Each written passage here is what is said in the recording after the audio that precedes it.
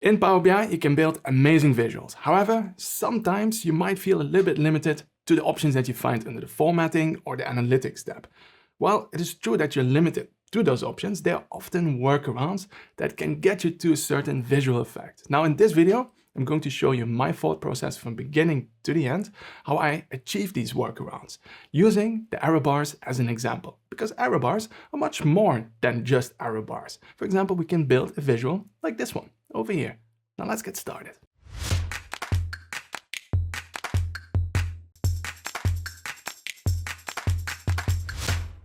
Welcome to How to Power BI. My name is Bas, and if this is the very first time for you visiting this channel, then make sure to hit that subscribe button if you want to stay up to date on all of my videos in which I share everything I know about Power BI. Now, let's have a look at how we can think outside of the box and use certain elements in a different way to achieve a certain effect. Now, the visual that we are going to build is going to be this one over here, where we have the sales over time and we compare it to the forecast. But instead of plotting a forecast line, I just want to highlight those months where the difference was over a certain threshold. And for that, we're going to use arrow bars. Now here you see I have a nice slider. I can increase that threshold, and then I only highlight those points that are over that threshold. So where the difference is bigger than or equal to 10% in this case. Now the arrow bars that we need to build this visual are only available from the March 22 version onwards. So make sure that you're on one of the newer versions and that you have it turned on under the preview options. As a starting point, I already built over here the sales actuals versus the sales forecast. And now we're going to add arrow bars and let's see how they work. So I'm going to select the visual and then we go here to analysis, where we have now arrow bars. Now here we can say to which measure do we want to apply these arrow bars. Now we are going to apply them to sales actual, and here we can click on enable. Now we need a measure to determine the upper bound and maybe also a measure for the lower bound. Now let's write a measure. So I'm going to go over here and add a new one. And this is going to be our upper bound measure. So let's call it upper bound, where we calculate the difference between the forecast and the actuals. Now that we have that measure, we can just drag it onto upper bound and make sure to set the relationship to measure to relative. And there you go. We have now lines that go from the actuals to the forecast, just like high-low lines in Excel. Now you also see you don't necessarily need something on lower bound, so we can leave this one empty. Now that we have the line that goes from the actuals to the forecast, we can hide the forecast line. Now, how can you do that? Very simple. We just go here to format. We want to format the lines. And here we want to do it only for the forecast series. So I'm going to select here the forecast sales and then the stroke width. So how thick the line is, we're going to put to 0 and then it disappears. So that the only thing that's then left is the actuals line with the arrow bars. So now that this is in place, we can go back over here to the Analytics tab, arrow bars, and we can play around with the formatting. Now here we have the bar, and we can change the end style to maybe a dot. So now that the end style is as a dot, you see that this dot is always at the top of the line, which looks good when the actuals is below the forecast. However, when it's the other way around, then I actually want to have the dot at the bottom. All right. And also, I would like to have a different color for the ones that go up, because that means the actuals is below the forecast. So those I want to show in red. And when the actuals is above the forecast, those I want to show in green. And there's no conditional formatting option over here. So now we have to be a little bit creative. What could we do as a workaround to have arrow bars in different colors? Now what we could do is have one series of arrow bars that only go up and one series that only goes down. And then we can apply different formatting to those. Now here we have to go back to our measure and wrap this inside of an if. And then we can check if the sales forecast is above the actual sales. So over here, sales actuals. And only then we want to show the forecast minus the actuals. And otherwise, a blank. Now in the visual, it straight away nicely updates and we have only the bars going up. Now with that adjustment to the measure, we can go back to our Analytics tab, to the arrow bars. And over here, we want to change the color now to red. And of course, you can also increase the width to, let's say, maybe 2. Now, instead of choosing here end style dot, you could also choose none and then turn markers on. And you see, it does the same thing. And then here under markers, we can say that we do not want to match the series colors, but instead choose a red color like we had before. Now, the benefit of doing it here is that you can also make the marker size a little bit bigger or smaller and adjust it as you want. All right, so we have our lines going from the actuals to the forecast, but only when the actuals were below the forecast. Now we also need the other ones when the actuals is above the forecast. Now we can repeat the exact same process. So let's first create the measure. And for that, I'm going to just copy what we built before and insert a new one. Now here, I'm just going to add that these are the upper bounds that go down. And here we need to reverse the sign so that we check if the forecast is below the actuals. All right, and the rest we can leave as it is. Then we go again to the analytics tab. And here we can choose the error bars again. Now here you might think, as we can have only one error bar series applied to one measure, that you can just switch to the sales forecast and apply the error bars there. And to a certain extent that is true. However, we will not get the exact effect that we are looking for. Now let me show you. If I take over here upper bound down and place it on upper bound, turn it on, and then here relationship to measure, again relative. Now you see that the error bars go down, but from the forecast measure. And what if we just say, okay, instead of the upper bound, let's use the upper bound as the lower bound. If I do that and put upper bound down to lower bound, then still they are going down. And of course, I could go to the measure and reverse it so that they go up to the sales actuals, but the ending then also goes up. And that is not what I want. I still want that ending that is down to show the dot. All right, so therefore, we cannot apply the error bars to the sales forecast. So again, we got stuck. And now, a little bit of creative thinking. What's the next step? Well, we could just make sure that we have 2 times sales actuals on the visual. So I'm going to duplicate sales actuals. So literally just copy it and then add a new measure that's exactly the same. I'm just gonna call this one dummy or sales actuals 2, whatever you prefer. Then I'm just gonna get rid of the error bars that we just applied to sales forecast. And now I'm gonna go over here to the fields and take sales actuals dummy and add it also here on values. Now, of course, just exactly overlaps. Now, I don't want to show that one. So again, we have the same trick as before. We go here to lines and formatting. And then here we choose sales actuals dummy and set the stroke width to 0. Okay, so now that we have the measure on the visual, but we don't really show it, we can go here to the analytics tab, error bars, and then from here we can choose sales actual dummy. Now we can take upper bound down, that's the second measure that we wrote there for the upper bound, put it over here on the upper bound, turn them on, and the relationship to measure again to relative. And now we see exactly what we were looking for. We have a line that goes from the actuals to the forecast, and the ending is at the bottom. Now that ending, of course, we can change again over here, or say none, and then go to markers, turn them on, and then over here say that we do not want to match the series colors. And here we can choose the color that we want. Now, let's make them green. All right, so let's go here to more colors. Choose a pretty green color, whatever you like, and then press enter. And the same then for the bars themselves. Also here, we want to have that green color. So let's choose exactly the same with a width of 2. So there you go. We have that visual effect that we were looking for.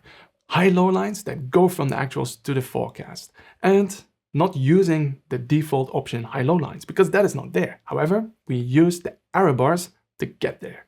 All right, so of course we can still do better. Now, first of all, an easy win is to get rid of that legend. We don't need it anymore. So let's turn that one off. Now, the next thing that we can do to improve this visual is to add labels that show the actual percentage difference. Now, to add labels, quite easy. We can go to Format, and then from here we can turn the data labels on. Now, you see, it adds data labels to all of the data points, but we can, again, customize this series. So here I only want to have the labels for where the forecast points are. So here for sales actuals, I'm going to turn them off. And sales actual dummy, of course, also there, we turn it off. So we only have the labels for the forecast line, which is not visible, but the data points are still there. And we add now the forecast labels. So now that we have the data labels for the forecast line, we have them at the right place. However, the values that we show on these labels is not the ones that we want to show. We want to have the percentage difference between the forecast and the actuals. Now there's no formatting option that allows you to use a measure for the values that are on these data labels. So again, we have to look for a workaround. And this is where we could rely on calculation groups. Because with calculation groups, you have custom formatting expressions. And we can use that to show the forecast values as something totally different, like percentages. All right, now here we need to rely on an external tool like Tableau Editor that lets you create these calculation groups. You cannot do this yet inside of Power BI itself. Okay, so over here, first step, make sure that Tableau Editor is installed. And once you have done that, you can find it here under external tools and then Tableau Editor. And the free version will be enough. Now let's open it up. And then here on the left-hand side, there we have tables. Right-click, create new calculation group. Now we can call this one, let's say formatting, and then inside of that calculation group, you can add calculation items. So over here, we add a calculation item, which is going to be the measure-driven data label. Now, a calculation item is just a calculation that you can apply on top of a measure that you're using in your report. Now here we're not going to change the values of the forecast. We still want to have the forecast values because those are the right data points where we want to show the labels later in the visual. And here we can just simply say select measure, and it just returns the value of the measure to which you apply the calculation item. So that's one. All right, so that's not really the interesting part. Where it gets interesting is over here when we switch to the formatting string expression. Because here we can now write a formula that returns the formatting string. Now, we want to show as a formatting string a value. Now, a formatting string is something like this, so 0.0%. Now, this would show the forecasted values as percentages with one decimal place. However, we want to do more. We want to show a completely different value, which is going to be the percentage difference between the forecast and the actuals as a percentage. So, how would that work? Now, let's start with a variable that's going to calculate that percentage difference. So we can say var percentage, where we say then divide. And what do we want to divide? We want to divide, let's take over here, the sales actuals, and we want to divide that by the sales forecast. I just drag that one in, and then subtract 1. All right, so over here, minus 1. All right, so that will give us the value, but then the formatting string is going to be the following. So formatting string is going to be equal to, here we want to use the format function and take the value that we calculated from before, the percentage, and then over here format it as a percentage, just like this. And because we are using variables, then we also need to say return. And what we want to return is the formatting string. Now let's click on save, then go back to Power BI. Now you might have to click on refresh now. And you will see we have a new table called formatting. And inside of that table, we have one column. I didn't rename it, so it's still called name, that has that calculation item. Now to apply that calculation item to the visual, we have to go over here to filters, take that name column, add it over here to the filters for the visual.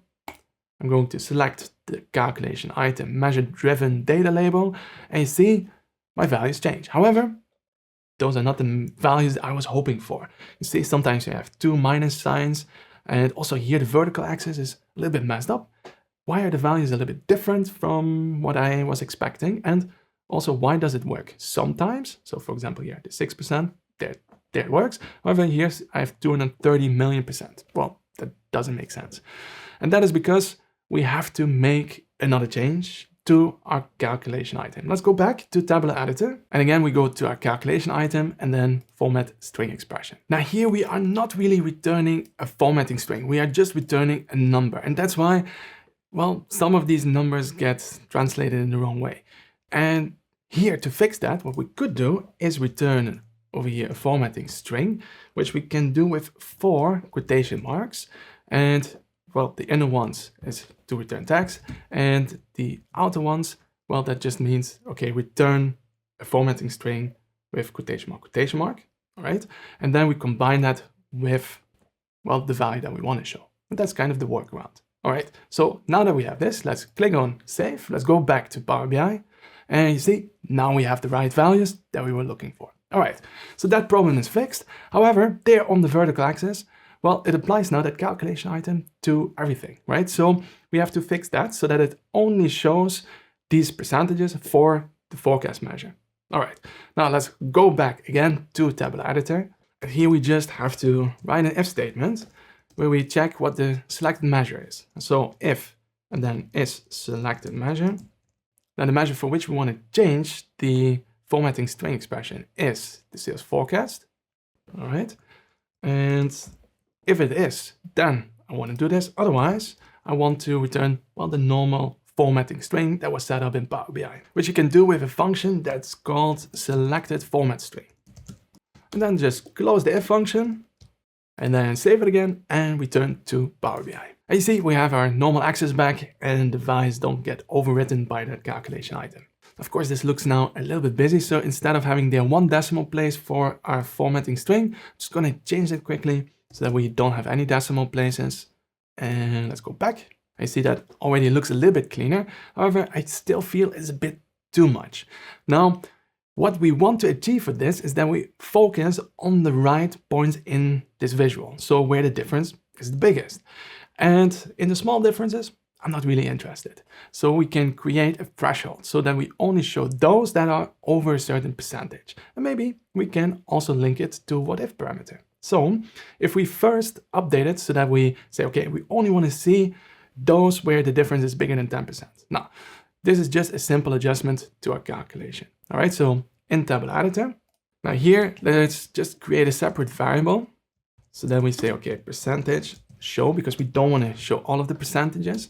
And then we say what conditions need to hold for us to show these percentages. All right, so here we can say if, and then we want to take that percentage variable from above there, and we want to see if it's bigger than 10%. All right, now if it's bigger than 10%, then we do want to show it. So then we can say show the percentage.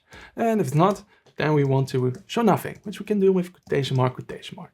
Now here you just have to watch out because that percentage difference can be positive and negative. So we need to wrap this inside of an absolute function so that it makes that value positive. All right, then over here, we can copy it over and now click on save. I see we have only data labels when the difference is bigger than 10%, but we're still showing the error bars. So for the error bars, we still need to do exactly the same thing. Now to make sure that we don't show the error bars that are below a certain threshold, we first need to have a measure that calculates the difference. So over here, let's create that measure quickly. And let's call this one sales percentage difference to forecast. All right, now here we can write exactly the same as what we did before. So we want to take the sales actuals and divide that by the forecast.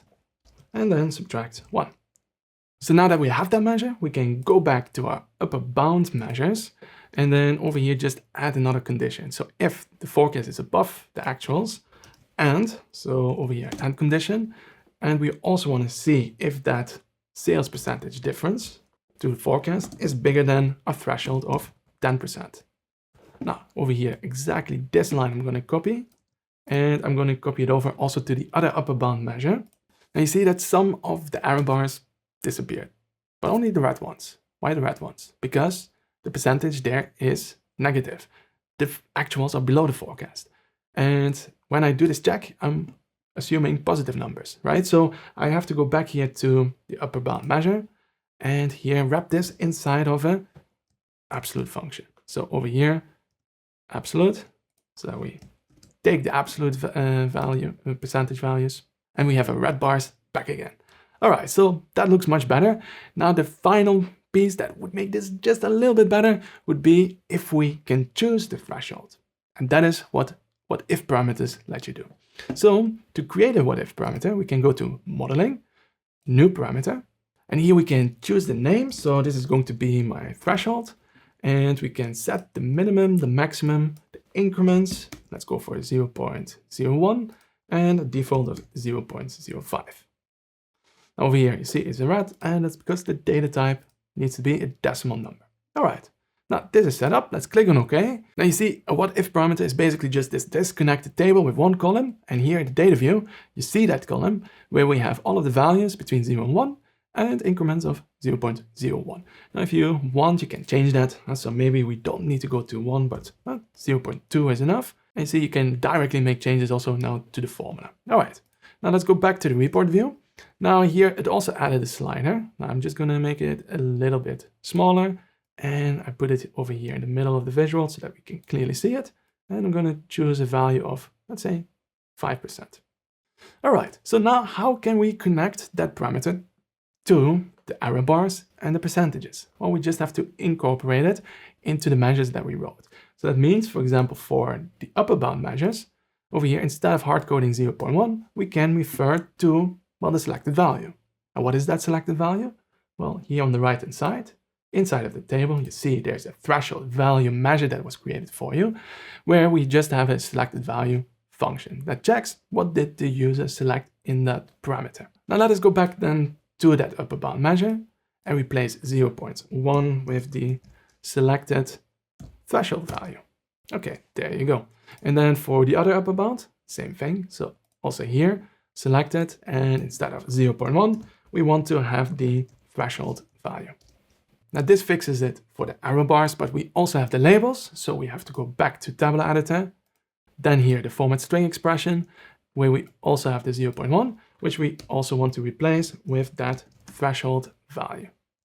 All right, so back in Power BI, moment of truth. Let's see if it works. So I'm going to set the value to 0.15 and boom, it works. So now we only have the lines showing when the difference between the actuals and the forecast is bigger than 15%. What if I only want to see the lines when the percentage difference is bigger than 10%? We can just slide it over here a little bit to the left to 10%. And you see, there you go. Now, of course, we want to show this value as a percentage. So just select the threshold column and choose the percentage formatting. And there you go. Here we have the visual effect that we were looking for using error bars in quite an unconventional way. So you see, by thinking a little bit outside of the box, you can open up many new visualization options that might not be there by default. And this is how I approach it every single time when new options get added there to the formattings or analytics step. Now, I hope that it was helpful to you to see my thought process from beginning to end. And if you have any questions, then post them in the comment section below. I want to thank you for watching and I hope to see you in the next video.